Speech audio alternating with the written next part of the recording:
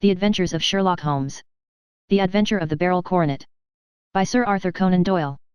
Holmes, said I, as I stood one morning in our bow window looking down the street, here is a madman coming along. It seems rather sad that his relatives should allow him to come out alone.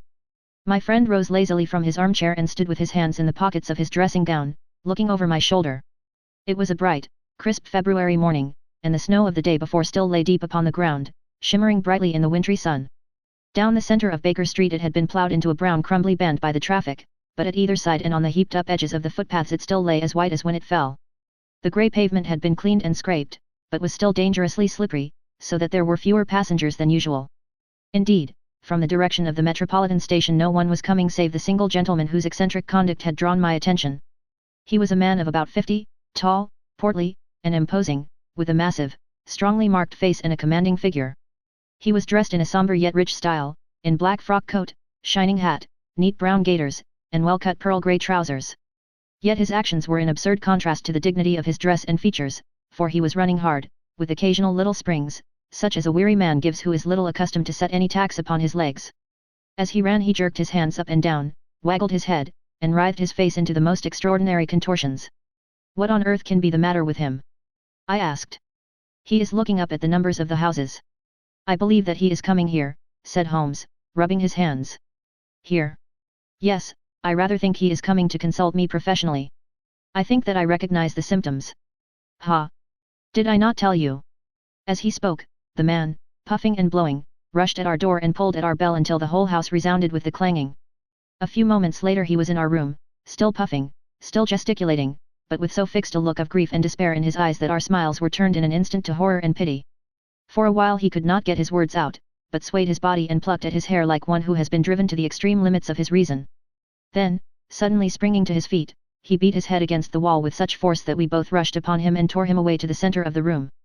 Sherlock Holmes pushed him down into the easy chair, and, sitting beside him, patted his hand, and chatted with him in the easy, soothing tones which he knew so well how to employ. "You have come to me to tell your story, have you not?" said he. "You are fatigued with your haste. Pray wait until you have recovered yourself, and then I shall be most happy to look into any little problem which you may submit to me." The man sat for a minute or more with a heaving chest, fighting against his emotion. Then he passed his handkerchief over his brow, set his lips tight, and turned his face towards us. "No doubt you think me mad," said he. "I see that you have had some great trouble," responded Holmes. "God knows I have, a trouble which is enough to unseat my reason, so sudden and so terrible is it. Public disgrace I might have faced, although I am a man whose character has never yet borne a stain. Private affliction also is the lot of every man, but the two coming together, and in so frightful a form, have been enough to shake my very soul. Besides, it is not I alone. The very noblest in the land may suffer, unless some way be found out of this horrible affair. Pray compose yourself, sir," said Holmes, "and let me have a clear account of who you are, and what it is that has befallen you." "My name," answered our visitor, "is probably familiar to your ears. I am Alexander Holder, of the banking firm of Holder and Stevenson, of Threadneedle Street." The name was indeed well known to us as belonging to the senior partner in the second largest private banking concern in the City of London. What could have happened, then, to bring one of the foremost citizens of London to this most pitiable pass? We waited, all curiosity, until with another effort he braced himself to tell his story. "I feel that time is of value," said he, "that is why I hastened here when the police inspector suggested that I should secure your cooperation. I came to Baker Street by the Underground, and hurried from there on foot, for the cabs go slowly through this snow. That is why I was so out of breath, for I am a man who takes very little exercise. I feel better now, and I will put the facts before you as shortly and yet as clearly as I can. It is, of course, well known to you that in a successful banking business as much depends upon our being able to find remunerative investments for our funds as upon our increasing our connection and the number of our depositors. One of our most lucrative means of laying out money is in the shape of loans, where the security is unimpeachable. We have done a good deal in this direction during the last few years, and there are many noble families to whom we have advanced large sums upon the security of their pictures, libraries, or plate. Yesterday morning I was seated in my office at the bank when a card was brought in to me by one of the clerks. I started when I saw the name, for it was that of none other than, well, perhaps even to you I had better say no more than that it was a name which is a household word all over the earth, one of the highest, noblest, most exalted names in England. I was overwhelmed by the honor, and attempted, when he entered, to say so, but he plunged at once into business with the air of a man who wishes to hurry quickly through a disagreeable task. "M.R. Holder," said he, "I have been informed that you are in the habit of advancing money." The firm do so when the security is good, I answered. It is absolutely essential to me, said he, that I should have £50,000 at once. I could of course borrow so trifling a sum 10 times over from my friends, but I much prefer to make it a matter of business, and to carry out that business myself. In my position you can readily understand that it is unwise to place oneself under obligations. For how long, may I ask, do you want this sum? I asked. Next Monday I have a large sum due to me, and I shall then most certainly repay what you advance, with whatever interest you think it right to charge. But it is very essential to me that the money should be paid at once. I should be happy to advance it without further parley from my own private purse, said I, were it not that the strain would be rather more than it could bear. If, on the other hand, I am to do it in the name of the firm, then in justice to my partner I must insist that, even in your case, every business-like precaution should be taken. I should much prefer to have it so, said he, raising up a square, black morocco case which he had laid beside his chair. You have doubtless heard of the Beryl Coronet. One of the most precious public possessions of the empire, said I. Precisely.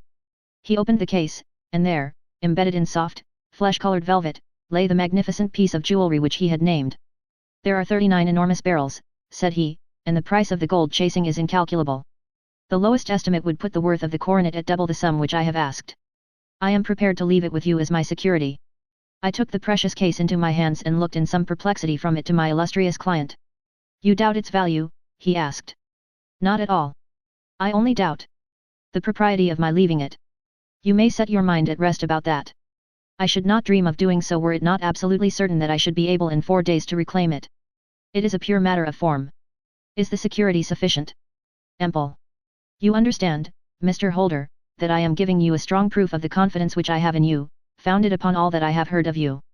I rely upon you not only to be discreet and to refrain from all gossip upon the matter, but, above all, to preserve this coronet with every possible precaution, because I need not say that a great public scandal would be caused if any harm were to befall it.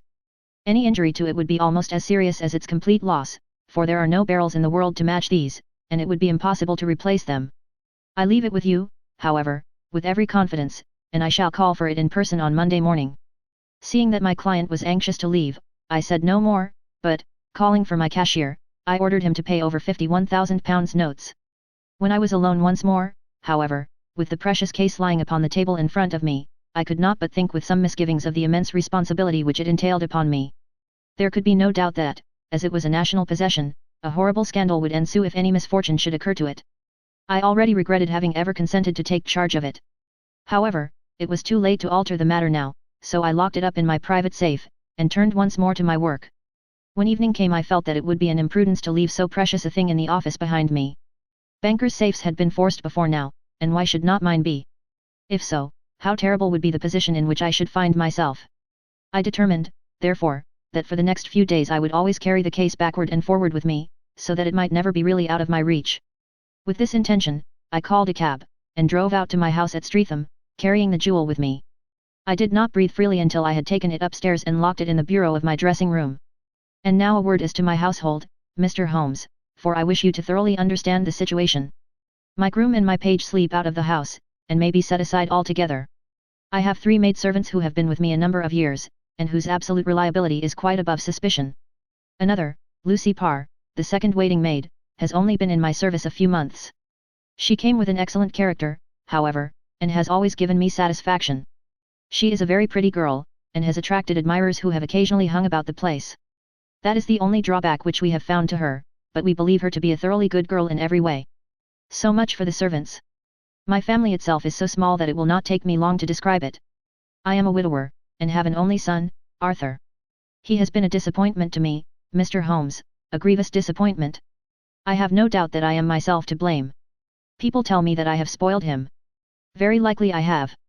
When my dear wife died I felt that he was all I had to love. I could not bear to see the smile fade even for a moment from his face. I have never denied him a wish.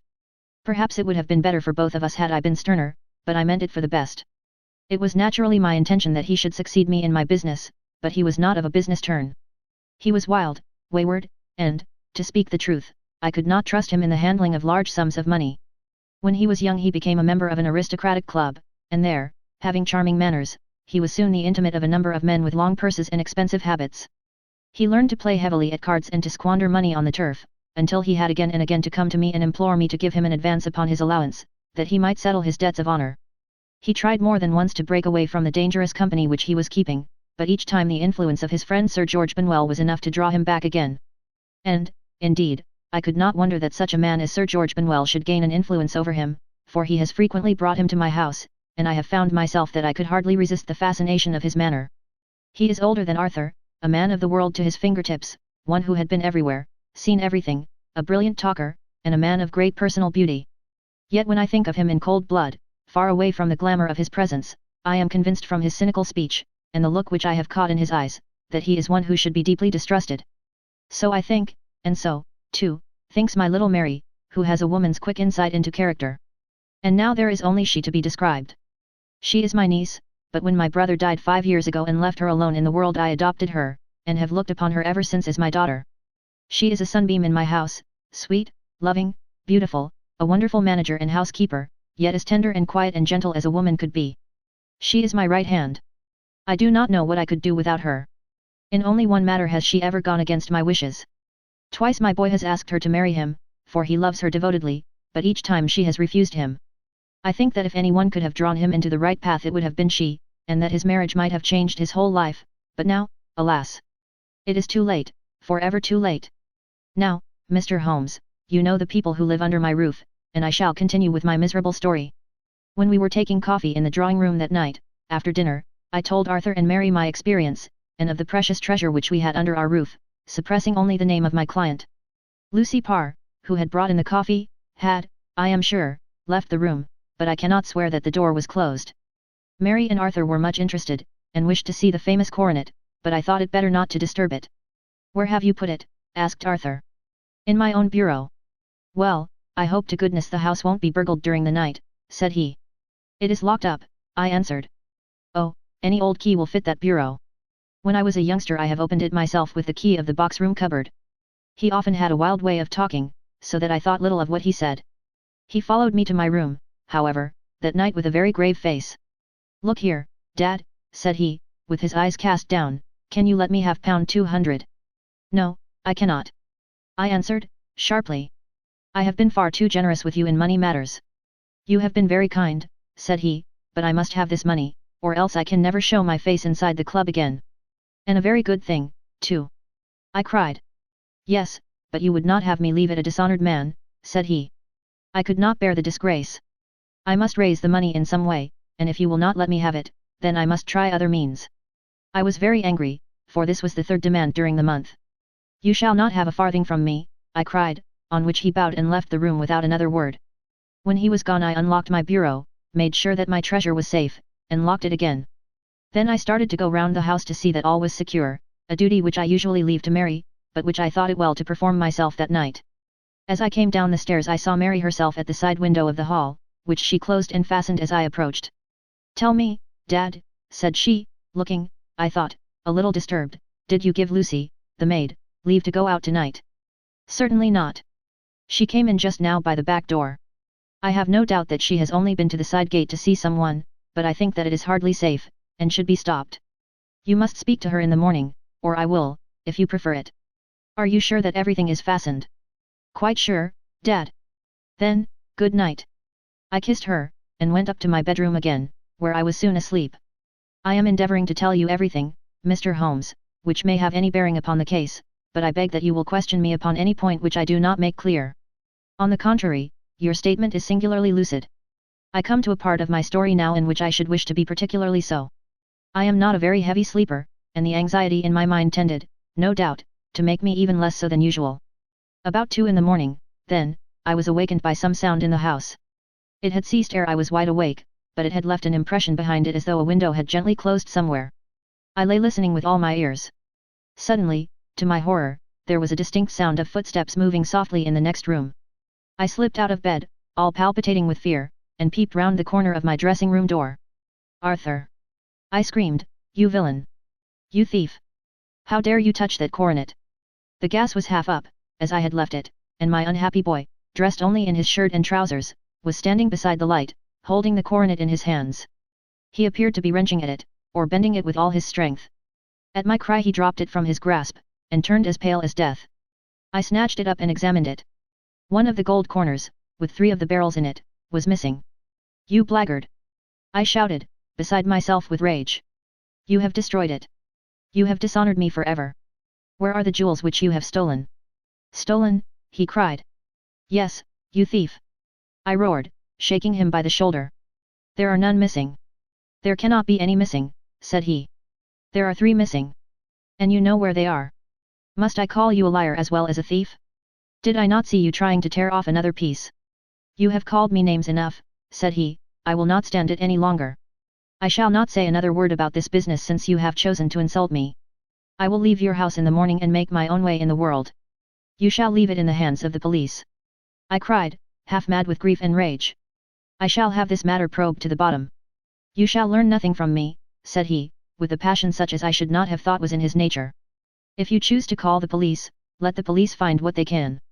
By this time the whole house was astir, for I had raised my voice in my anger. Mary was the first to rush into my room, and, at the sight of the coronet and of Arthur's face, she read the whole story, and, with a scream, fell down senseless on the ground. I sent the housemaid for the police, and put the investigation into their hands at once. When the inspector and a constable entered the house, Arthur, who had stood sullenly with his arms folded, asked me whether it was my intention to charge him with theft. I answered that it had ceased to be a private matter, but had become a public one, since the ruined coronet was national property. I was determined that the law should have its way in everything. At least, said he, you will not have me arrested at once. It would be to your advantage as well as mine if I might leave the house for 5 minutes. That you may get away, or perhaps that you may conceal what you have stolen, said I. And then realizing the dreadful position in which I was placed, I implored him to remember that not only my honor, but that of one who was far greater than I was at stake, and that he threatened to raise a scandal which would convulse the nation. He might avert it all if he would but tell me what he had done with the 3 missing stones. You may as well face the matter, said I, you have been caught in the act, and no confession could make your guilt more heinous. If you but make such reparation as is in your power, by telling us where the barrels are, all shall be forgiven and forgotten. Keep your forgiveness for those who ask for it, he answered, turning away from me, with a sneer. I saw that he was too hardened for any words of mine to influence him. There was but one way for it. I called in the inspector, and gave him into custody. A search was made at once, not only of his person, but of his room, and of every portion of the house where he could possibly have concealed the gems, but no trace of them could be found, nor would the wretched boy open his mouth for all our persuasions and our threats.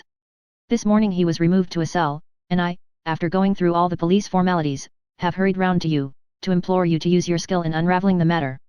The police have openly confessed that they can at present make nothing of it. You may go to any expense which you think necessary. I have already offered a reward of £1,000. My God, what shall I do? I have lost my honor, my gems, and my son in one night. Oh, what shall I do? He put a hand on either side of his head, and rocked himself to and fro, droning to himself like a child whose grief has got beyond words. Sherlock Holmes sat silent for some few minutes, with his brows knitted and his eyes fixed upon the fire. Do you receive much company? He asked. None, save my partner with his family, and an occasional friend of Arthur's. Sir George Benwell has been several times lately. No one else, I think. Do you go out much in society? Arthur does. Mary and I stay at home. We neither of us care for it. That is unusual in a young girl. She is of a quiet nature. Besides, she is not so very young. She is 24. This matter, from what you say, seems to have been a shock to her also. Terrible. She is even more affected than I. You have neither of you any doubt as to your son's guilt. How can we have, when I saw him with my own eyes with the coronet in his hands? I hardly consider that a conclusive proof. Was the remainder of the coronet at all injured? Yes, it was twisted. Do you not think, then, that he might have been trying to straighten it? God bless you. You are doing what you can for him and for me. But it is too heavy a task.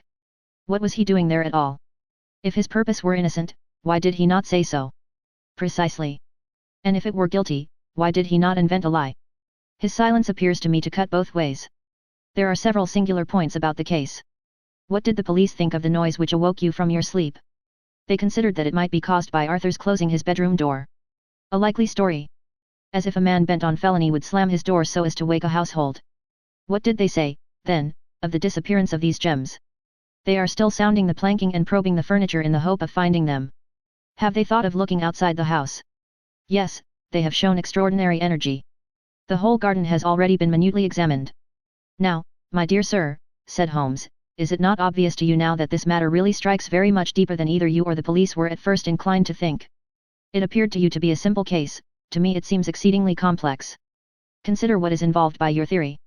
You suppose that your son came down from his bed, went, at great risk, to your dressing room, opened your bureau, took out your coronet, broke off by main force a small portion of it, went off to some other place, concealed 3 gems out of the 39, with such skill that nobody can find them, and then returned with the other 36 into the room in which he exposed himself to the greatest danger of being discovered.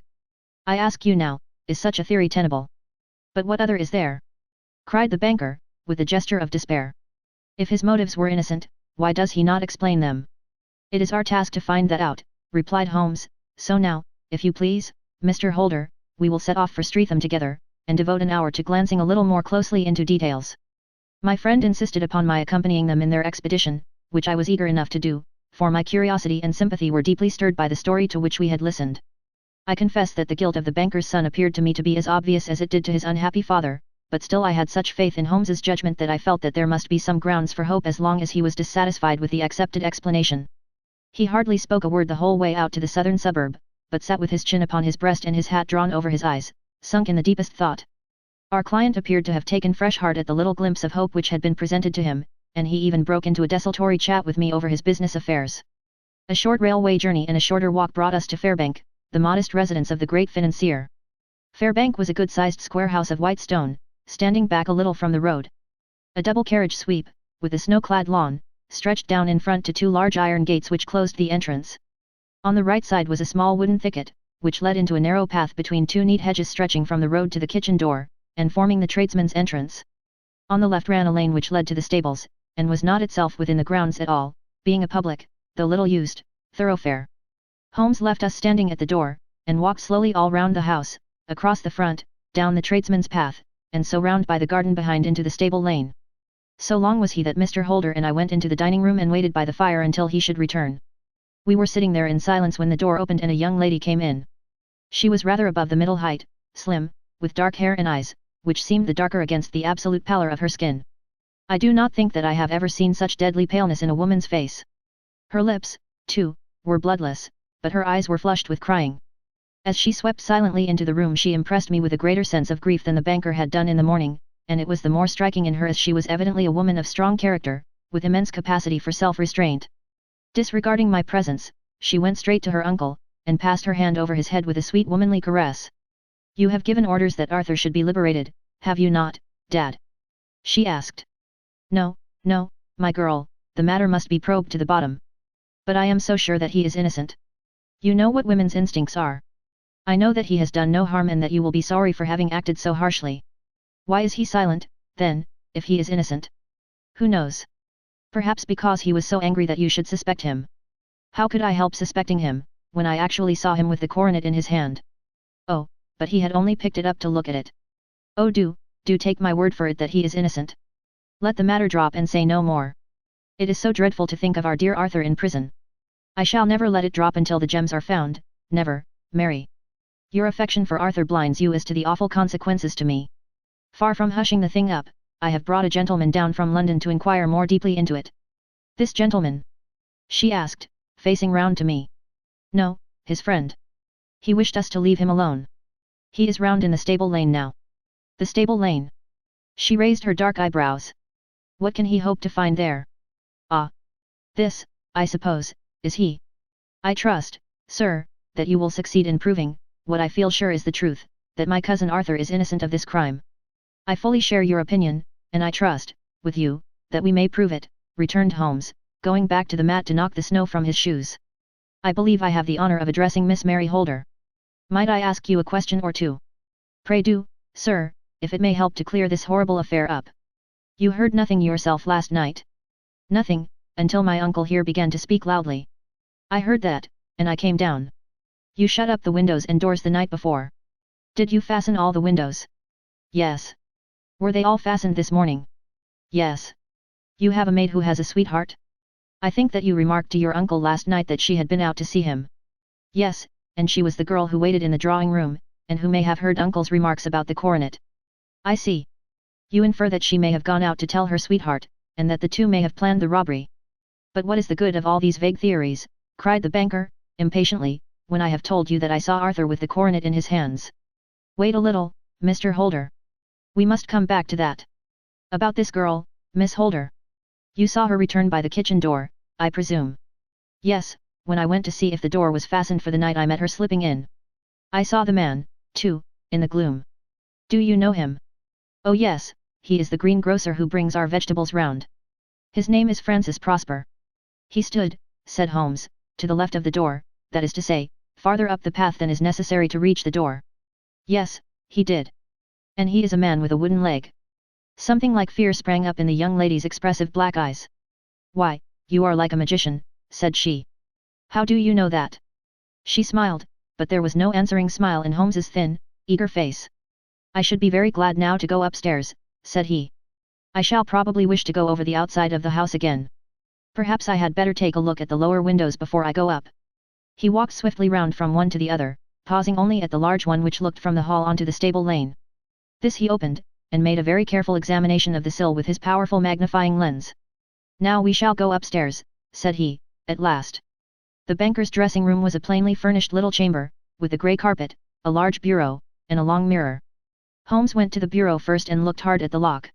Which key was used to open it? He asked. That which my son himself indicated, that of the cupboard of the lumber room. Have you it here? That is it on the dressing table. Sherlock Holmes took it up and opened the bureau. It is a noiseless lock, said he. It is no wonder that it did not wake you. This case, I presume, contains the coronet.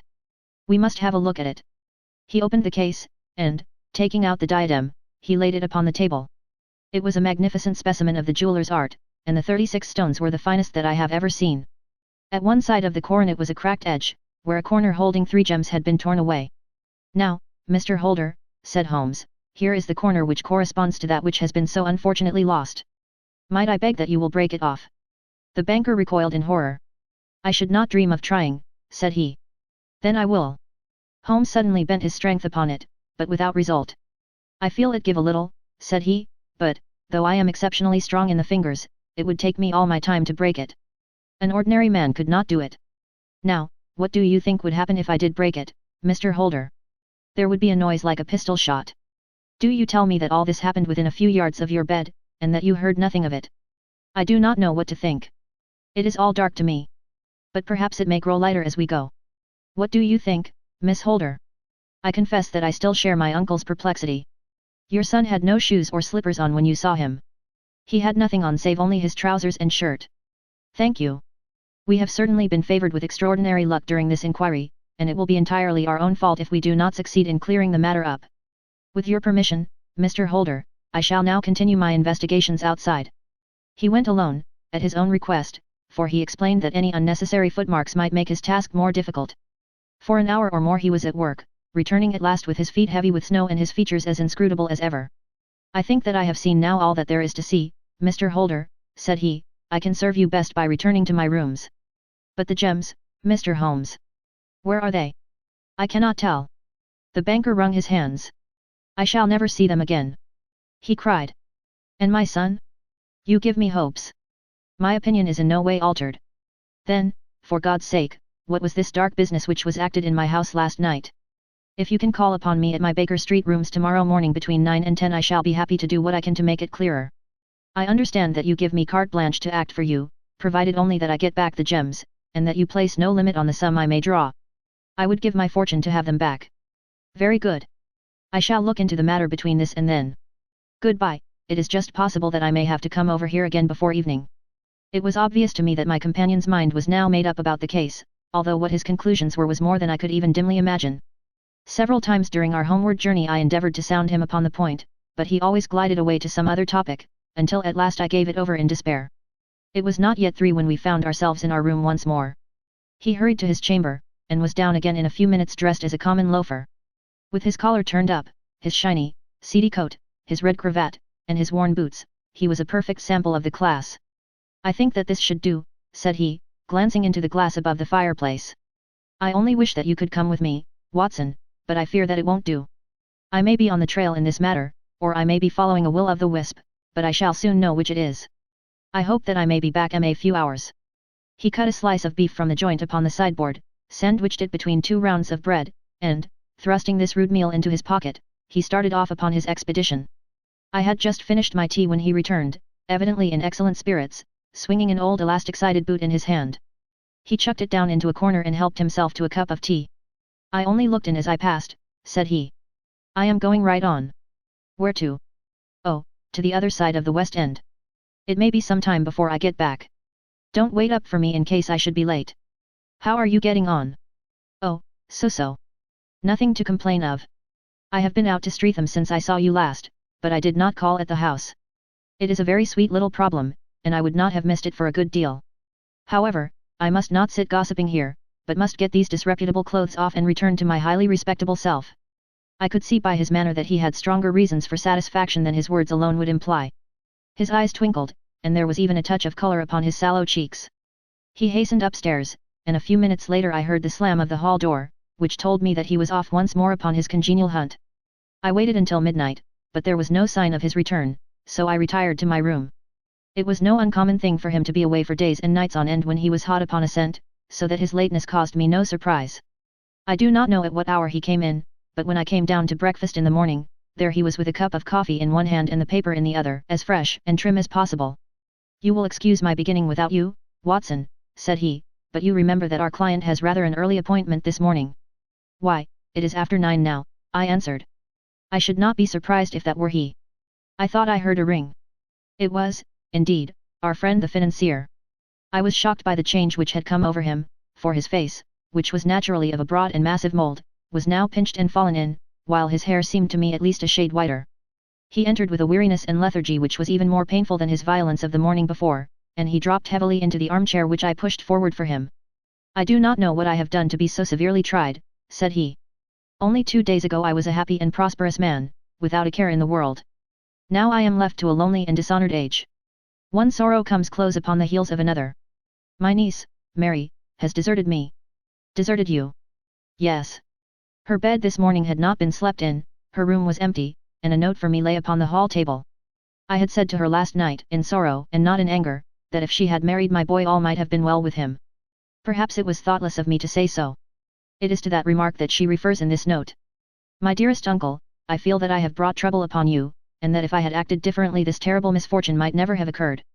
I cannot, with this thought in my mind, ever again be happy under your roof, and I feel that I must leave you forever. Do not worry about my future, for that is provided for, and, above all, do not search for me, for it will be fruitless labor and an ill service to me. In life or in death, I am ever your loving Mary." What could she mean by that note, Mr. Holmes? "Do you think it points to suicide?" No, nothing of the kind. It is perhaps the best possible solution. I trust, Mr. Holder, that you are nearing the end of your troubles." "Ha! You say so? You have heard something, Mr. Holmes, you have learned something. Where are the gems? You would not think £1,000 apiece an excessive sum for them." "I would pay 10. That would be unnecessary. 3,000 will cover the matter. And there is a little reward, I fancy. Have you your cheque-book? Here is a pen. Better make it out for £4,000 With a dazed face the banker made out the required cheque. Holmes walked over to his desk, took out a little triangular piece of gold with 3 gems in it, and threw it down upon the table. With a shriek of joy our client clutched it up. "You have it!" he gasped. "I am saved! I am saved!" The reaction of joy was as passionate as his grief had been, and he hugged his recovered gems to his bosom. "There is one other thing you owe, Mr. Holder," said Sherlock Holmes, rather sternly. "Oh!" He caught up a pen. "Name the sum, and I will pay it." "No, the debt is not to me. You owe a very humble apology to that noble lad, your son, who has carried himself in this matter as I should be proud to see my own son do, should I ever chance to have one. Then it was not Arthur who took them. I told you yesterday, and I repeat today, that it was not. You are sure of it? Then let us hurry to him at once, to let him know that the truth is known. He knows it already. When I had cleared it all up I had an interview with him, and, finding that he would not tell me the story, I told it to him, on which he had to confess that I was right, and to add the very few details which were not yet quite clear to me. Your news of this morning, however, may open his lips. For heaven's sake, tell me, then, what is this extraordinary mystery? I will do so, and I will show you the steps by which I reached it. And let me say to you, first, that which it is hardest for me to say and for you to hear, there has been an understanding between Sir George Benwell and your niece Mary. They have now fled together. My Mary? Impossible. It is, unfortunately, more than possible, it is certain. Neither you nor your son knew the true character of this man when you admitted him into your family circle.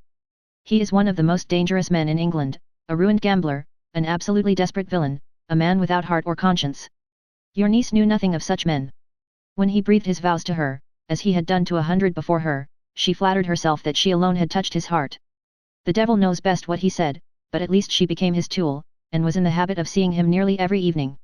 I cannot, and I will not, believe it, cried the banker, with an ashen face. I will tell you, then, what occurred in your house last night. Your niece, when you had, as she thought, gone to your room, slipped down and talked to her lover through the window which leads into the stable lane.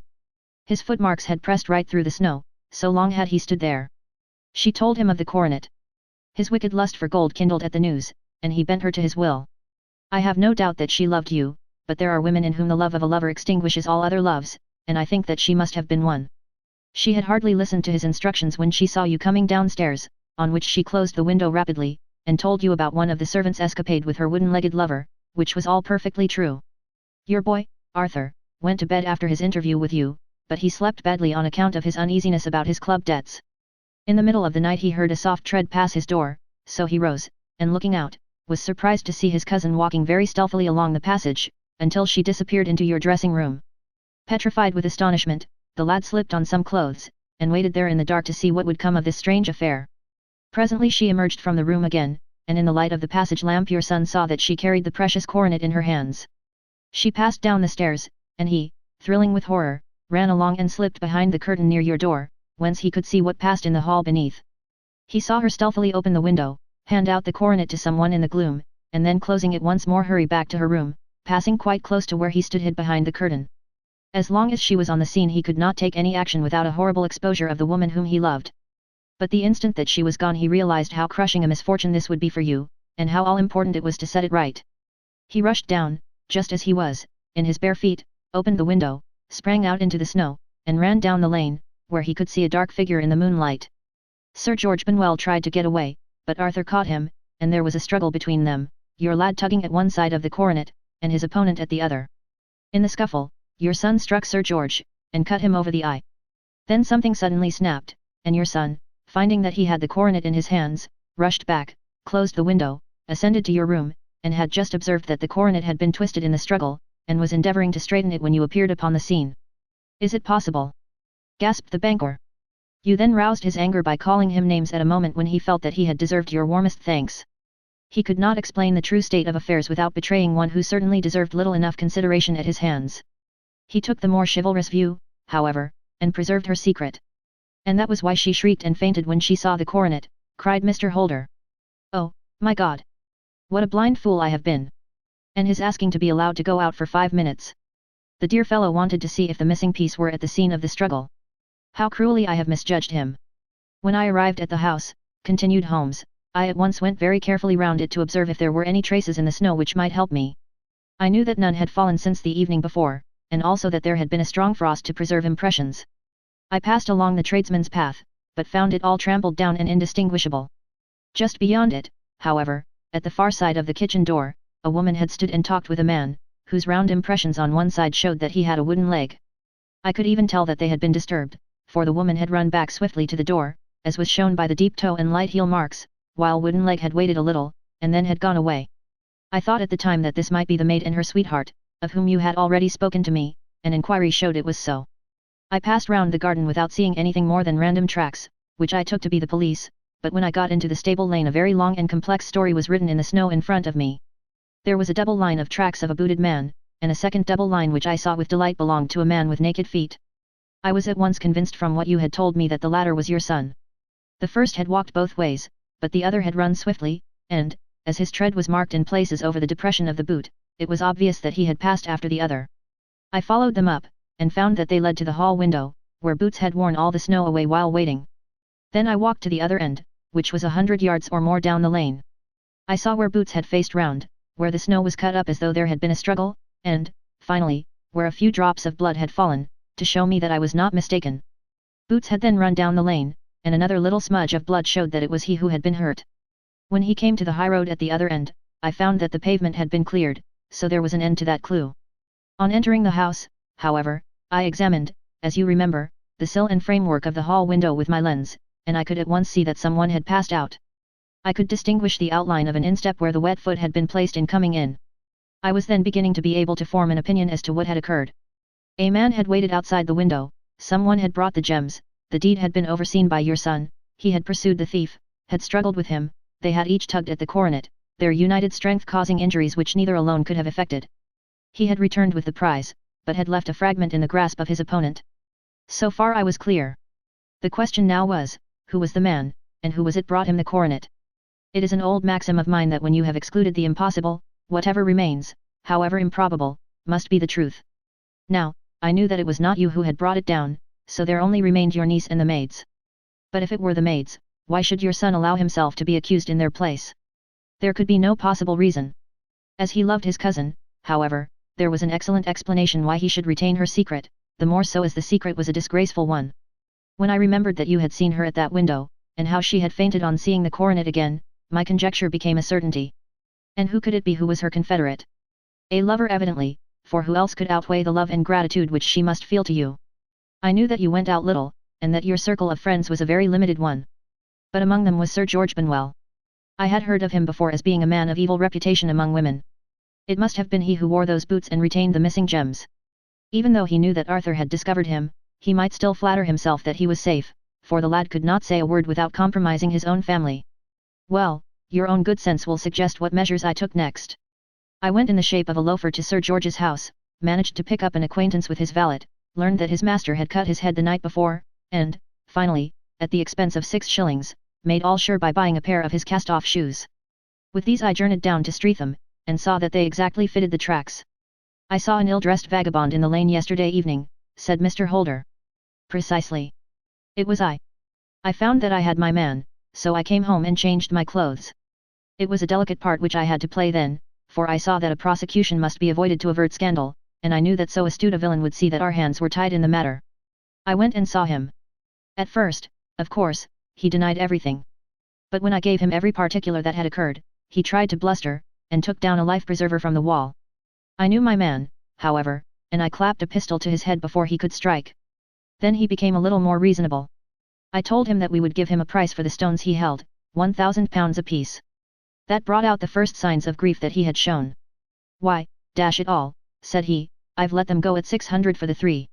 I soon managed to get the address of the receiver who had them, on promising him that there would be no prosecution.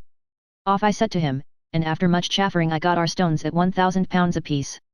Then I looked in upon your son, told him that all was right, and eventually got to my bed about 2 o'clock, after what I may call a really hard day's work. A day which has saved England from a great public scandal, said the banker, rising. Sir, I cannot find words to thank you, but you shall not find me ungrateful for what you have done. Your skill has indeed exceeded all that I have heard of it. And now I must fly to my dear boy to apologize to him for the wrong which I have done him. As to what you tell me of poor Mary, it goes to my very heart. Not even your skill can inform me where she is now. I think that we may safely say, returned Holmes, that she is wherever Sir George Benwell is. It is equally certain, too, that whatever her sins are, they will soon receive a more than sufficient punishment.